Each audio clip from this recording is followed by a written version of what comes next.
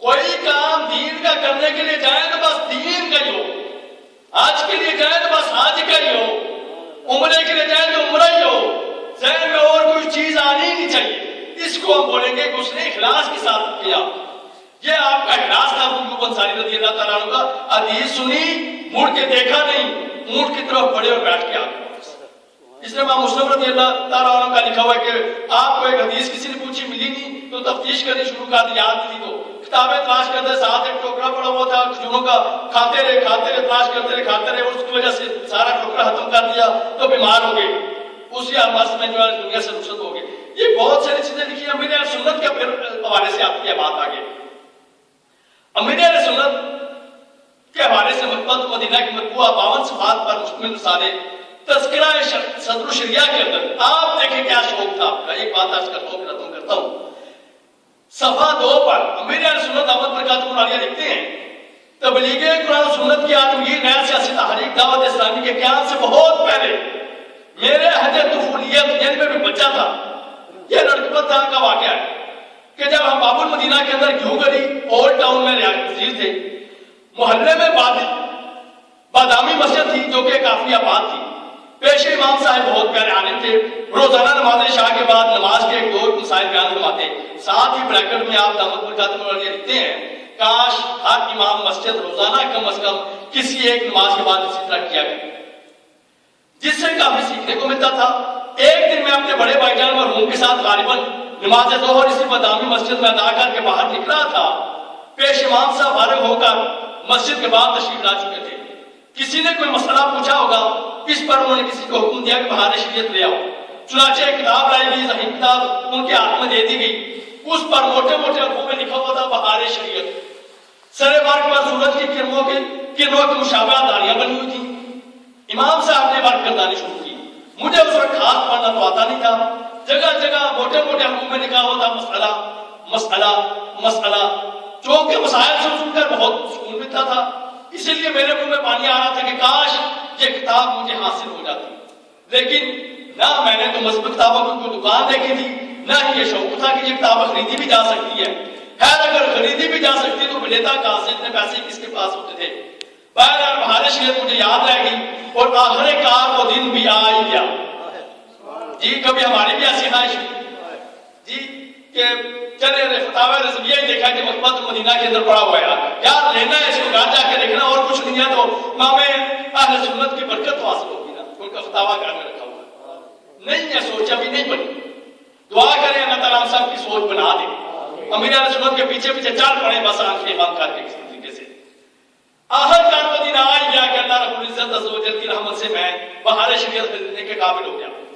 ان دنوں مکمل بہار شریعت 2 جلدوں میں کام، اس کا ہدیہ پاکستانی 32 روپیہ تھا، جبکہ بغیر جلد کے 28 روپیہ. چنانچہ میں نے مکمل بہار شریعت غیر مجلد یعنی اس کی کاٹھی بھی لگی ہوئی تھی 28 روپے میں خریدنے کی سعادت حاصل کی. اس وقت بہار شریعت کے 17 حصے تھے، البتہ 20 ہیں. آپ فرماتے ہیں الحمدللہ عز و جل میں نے بہار شریعت سے وہ فیوز و برکات حاصل کیے کہ بیان سے باہر ہے. مجھے اس کتاب کی برکات سے معلومات کا وہ انمول خزانہ آیا کہ میں آج تک اس کے گن گاتا ہوں. یہاں میں بس ایک آپ سے عرض کروں گا، امیر اہل سنت علم کا شوق دیکھو آج اللہ نے کو کس گدی پر بٹھایا. آپ کا احساس تھا، کام کرنے کی لگن تھی اور یہ علم کا شوق تھا. اس کتاب میں دیکھیں ایسی ایسی باتیں لکھی ہوئی ہیں، پڑھ کے شرم آتی ہے. ایک دفعہ لکھا ہوا ہے، ایک کتاب پڑھی ہوئی تھی، کتاب پر میز کا جو میز کے اوپر ہوتا ہے نا کپڑا، میز پوش ڈالا، وہ آ گیا آواز سے اٹھ کے. فوراً اٹھے، اس کو اٹھایا، کتاب اٹھائی، منہ سے لگائی، سر پہ رکھا، اس کو بوسا دیا اور پھر اس کو علم تو ایسے تو والوں کو پھر ملتا ہے نا جی. اپنی عادت یہ ہے کہ قرآن مجید بھی ہے تو پتہ نہیں اوپر کیا کیا رکھا ہوا ہوتا ہے. اس کی بھی بات ہم میرے سنت نے بتائی ہے کہ اوپر کیا رکھنا ہے، پھر کیا رکھنا ہے، پھر کیا رکھنا ہے. میٹھے میٹھے اسلام بھائیو، اسی جذبے کے تحت امیر اہل سنت کے علم سیکھنا، علم پڑھنا، کتابوں کا مطالعہ کرنا کہ میں نے خود تو آپ نے عمل کر کے دکھا ہی دیا. آپ کی یہ بھی بڑی خواہش ہے کہ کسی طریقے سے جو مجھ سے محبت کرتے ہیں وہ بھی یہ کام کریں. اسی لیے آپ دیکھیں کہ امیر اہل سنت نے جو مدنی نماز ہمیں عطا فرمائے ہیں جی، اس میں مدنی نام نمبر 14 دیکھیے آپ، کیا آپ نے 12 منٹ کسی سنی عالم کی کتاب پڑھی؟ کیوں ضرورت تھی اس پر زور دے رہی ہے؟ کیوں مدنی نام ہے اس میں شامل کیا ہوا ہے جو پہلے 50 مدنی نامات ہیں؟ پھر نمبر 68 پر لکھا ہوا ہے کیا آپ نے سال کم از کم ایک بار امام غزالی رحمۃ اللہ علیہ کی آخری تصنیف منہاج العابدین، ہم نے اس مدنی نام کو کبھی پڑھا ہی نہیں ہوگا، 50 پہ جا کے رک جاتے ہیں، بس بڑا تیر مار دیا، پڑھ لیا بڑی بات ہے، کبھی اس کو دیکھا ہی نہیں ہوگا منہاج العابدین ہے کیا، لکھی ہوئی کس نے ہے، اس نے اندر لکھا کیا ہے، اگر پڑھ بھی لیں گے تو پتہ نہیں سمجھ بھی آئے گی کہ نہیں آئے گی، لکھا ہوا ہے سال میں ایک دفعہ پڑھنی ہے، اس میں سے توبہ، اخلاص، تقویٰ، خوف و رجا، عجب، ریا، آنکھی، بڑا کچھ لکھا ہوا ہے۔ پھر 69 پر آ جائیں 69، کیا آپ نے سال کم از کم ایک مرتبہ بہار شریعت حصہ 9 سے مرتد کا بیان حصہ 2 سے کیا کبھی بہار شریعت اٹھا کے دیکھی بھی ہے؟ اس کا دیدار بھی ہم نے کیا ہے، اس کے اندر کیا کیا مسائل لکھے ہوئے ہیں، اللہ تعالیٰ سے دعا کرتے ہیں، اور پھر یہ بہت ساری باتیں اس کے اندر لکھی ہوئی ہیں کہ اللہ تعالیٰ ہمیں امیر اہل سنت کے سائے علم حاصل کرنے کا شوق عطا فرمائے۔